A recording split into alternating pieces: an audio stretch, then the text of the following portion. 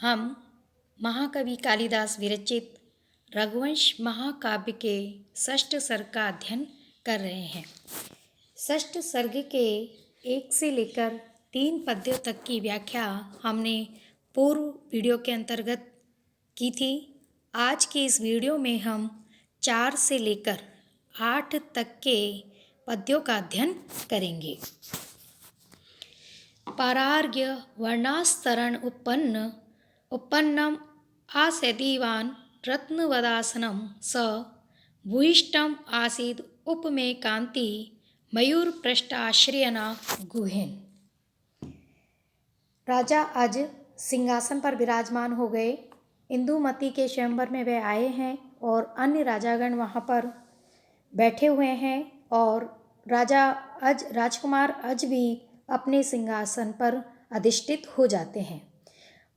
जब राजा अज अपने सिंहासन पर अधिष्ठित होते हैं तो उनके उस सौंदर्य का वर्णन यहाँ इस पद्य में किया गया है। परार्घ्य वर्णास्तरण उत्पन्नम अर्थात श्रेष्ठ या रंग बिरंगे बिछोने से युक्त, चित्र विचित्र रंग वाले बिछोने से युक्त, रत्न जड़ित आसनम सिंहासन पर राजकुमार अज आसेदीवान अधिष्ठित हुए। वह राजकुमार अज उस सिंहासन पर अधिष्ठित हुए उसी प्रकार सुशोभित हो रहे थे जैसे कि मयूर पृष्ठ आश्रयना, मयूर की पीठ पर बैठे हुए स्वामी कार्तिकेय के साथ भूयिष्ठम अत्यंत उपमेय कांति समान शोभा वाले आसित दृष्टिगोचर हो रहे थे, दिखाई दे रहे थे।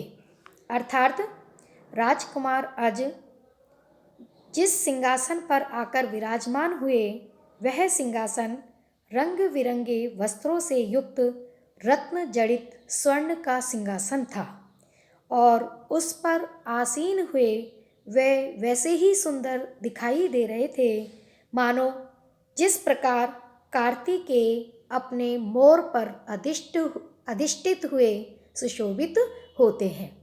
यहाँ सिंहासन पर अधिष्ठित अज की तुलना कार्तिकेय मयूर पर विराजमान कार्तिकेय से की गई है। इस पद्य के अंतर्गत सिंहासन पर अधिष्ठित राजाओं में अज अद्वितीय सौंदर्य से संपन्न दिखाई दे रहे हैं, उसी का बड़ा सुंदर वर्णन कवि के द्वारा किया गया है। तासु श्रिया राज्य परंपरासु प्रभा विशेषोद उदयादुर्निरीक्षे सहस्रात्मा व्यरुचत विभक्ते पयो मुचाम पक्तिषु विद्युतेव। यहाँ पर सिंहासन पर विराजमान सभी राजाओं में राजकुमार अज किस प्रकार सौंदर्य से युक्त दिखलाई दे रहे हैं, किस प्रकार सुशोभित हो रहे हैं, उसका सुंदर वर्णन किया गया है। तासु उस स्वयंवर मंडप में विराजमान हुए, राज्य परंपरासु राजाओं की पंक्ति में, श्रिया अपनी शोभा से, पयोमुचाम मेघों की पंक्ति में, विद्युता इव बिजली के समान, सहस्रधा हजारों रूपों में, विभक्तः विभाजित, प्रभा विशेषोदया दुर्निरीक्षे अर्थात उत्कृष्ट प्रकाश के व्याप्त हो जाने से मुश्किल से दिखाई देने वाले या दुर्निरीक्ष आत्मा शम लक्ष्मी का आधार स्वरूप होने के कारण राजा अज व्यारुचित अर्थात चमक उठे, प्रकाशमान होने लगे, देदीप्यमान होने लगे। अर्थात कहने का भाव यह है कि उस स्वयंवर मंडप में बैठे हुए राजाओं में अज का सौंदर्य, अज की तेजस्विता दुर्निरीक्षित थी। ऐसा जान पड़ता था मानो उस अज की कांति ही सहस्रदा विभक्त होकर राजाओं में व्याप्त हो रही थी। जैसे बिजली अपनी चमक बादलों में विभक्त कर देती है। जैसे जब बिजली आकाश में चमकती है और वह बादल में चारों ओर फैल जाती है, उसी प्रकार राजा का जो सौंदर्य था, राजकुमार अज का जो सौंदर्य था, वही मानो सहस्र रूपों में विभक्त होकर सभी राजाओं के मुखमंडल पर दिखाई दे रहा था। अर्थात राजा राजकुमार अज उन सभी राजाओं में विशिष्ट सौंदर्य से संपन्न थे। राजकुमार अज के ही सौंदर्य का वर्णन करते हुए आगे कवि कालिदास कहते हैं, तेषां महार्यासन संस्थिनाम उदार नेपथ्य व्रताम स मध्ये रराज धामना रघु सुनेर एव कल्पद्रुमानाम इव पारिजाते हैं। जिस प्रकार कल्प वृक्षों के मध्य में पारिजात वृक्ष सौंदर्य से युक्त होता है, दिखाई देता है, सुशोभित होता है, उसी प्रकार सभी राजाओं के मध्य वह राजकुमार सुशोभित हो रहे थे। उसी का बड़ा सुंदर वर्णन यहाँ पर किया गया है। तो महार आसन संस्थिनाम अर्थात अत्यंत बहुमूल्य सिंहासनों पर विराजमान, उदार नेपथ्य व्रताम उज्ज्वल उत्तम रेशमी वेश को धारण किए हुए, तेषाम उन राजाओं के मध्य बीच में कल्पद्रुमानाम कल्प वृक्ष के मध्य में पारिजात इव पारिजात नामक वृक्ष के समान स वह रघु सुनेर एव रघुपुत्र अज ही धामना अपने तेज से रराज अत्यंत सुशोभित हो रहे थे। अर्थात जिस प्रकार स्वर्ग में नंदन वन के अंतर्गत कल्प वृक्षों के मध्य में पारिजात वृक्ष सर्वाधिक सुंदर होता है, सर्वाधिक सौंदर्य से संपन्न व विशिष्ट होता है, उसी प्रकार बहुमूल्य सिंहासनों पर आसीन उन सभी राजाओं के मध्य में अकेले राजकुमार अज अत्यंत सौंदर्य से युक्त थे, अत्यंत शोभायमान प्रतीत हो रहे थे, अत्यंत सुशोभित हो रहे थे। इसी प्रसंग में आगे कवि कहते हैं कि उनके इस प्रकार के अद्भुत अनुपम सौंदर्य को सभी नगरवासी आश्चर्यचकित होकर देखने लगे। नेत्र व्रजा पौरजनस्य तस्मिन् विहाय सर्वान् नृपतीन् निपेतुः मदोत्कटे रेचित पुष्प वृक्षा गंधद्वीपे वन्य इव द्विरेफः।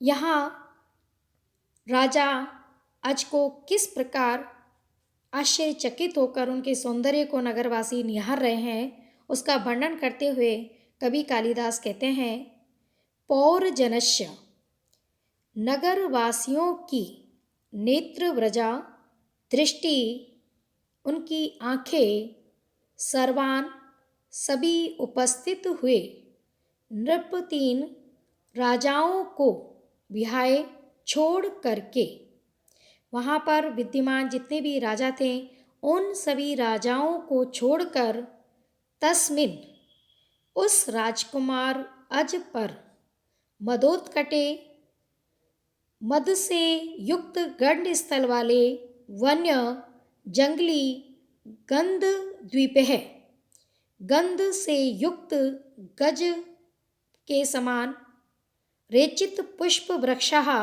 फूलों से लदे हुए वृक्ष को छोड़ने वाले द्विरेफा इव, भ्रमर के समान निपेतु गिर पड़ी।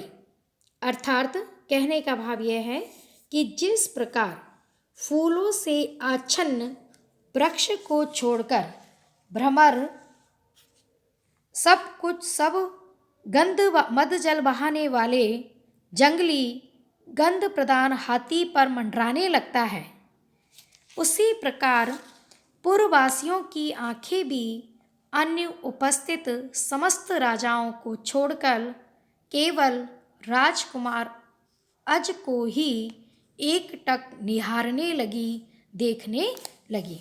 अर्थात कहने का भाव यह है कि भ्रमर को पुष्प अत्यंत प्रिय होते हैं, किंतु जब मदस्रावी गजराज वहाँ से निकलता है तो भ्रमर वृक्ष पुष्पों को छोड़कर, पुष्पों से युक्त वृक्षों को त्याग कर और उस मदस्रावी गजराज के गंध पर मंडराने लगते हैं। उसी प्रकार उस इंदुमती के स्वयंवर में बहुत दूर दूर से मनोहर सुंदर शोभा से संपन्न राजकुमार बैठे हुए थे, किंतु फिर भी नगरवासियों की दृष्टि उन सभी राजाओं को त्याग कर राजकुमार अज के सौंदर्य को निहारने लगी, केवल एकटक वह राजकुमार अज को ही देखने लगे। अथ स्तुते वंदिवीर अन्वगई सौमार्क वंशे नरदेव लोके संचारिते च अग्रुसार्योनो धूपे सम उत्सर्पति वेजंती है। अब इस पद्य के अंतर्गत बतलाया गया है कि जब चारण भाट के द्वारा वहाँ पर उपस्थित जो राजागण हैं उनका स्तुति गान किया जा रहा था, उनकी प्रशंसा की जा रही थी, उनका परिचय कराया जा रहा था।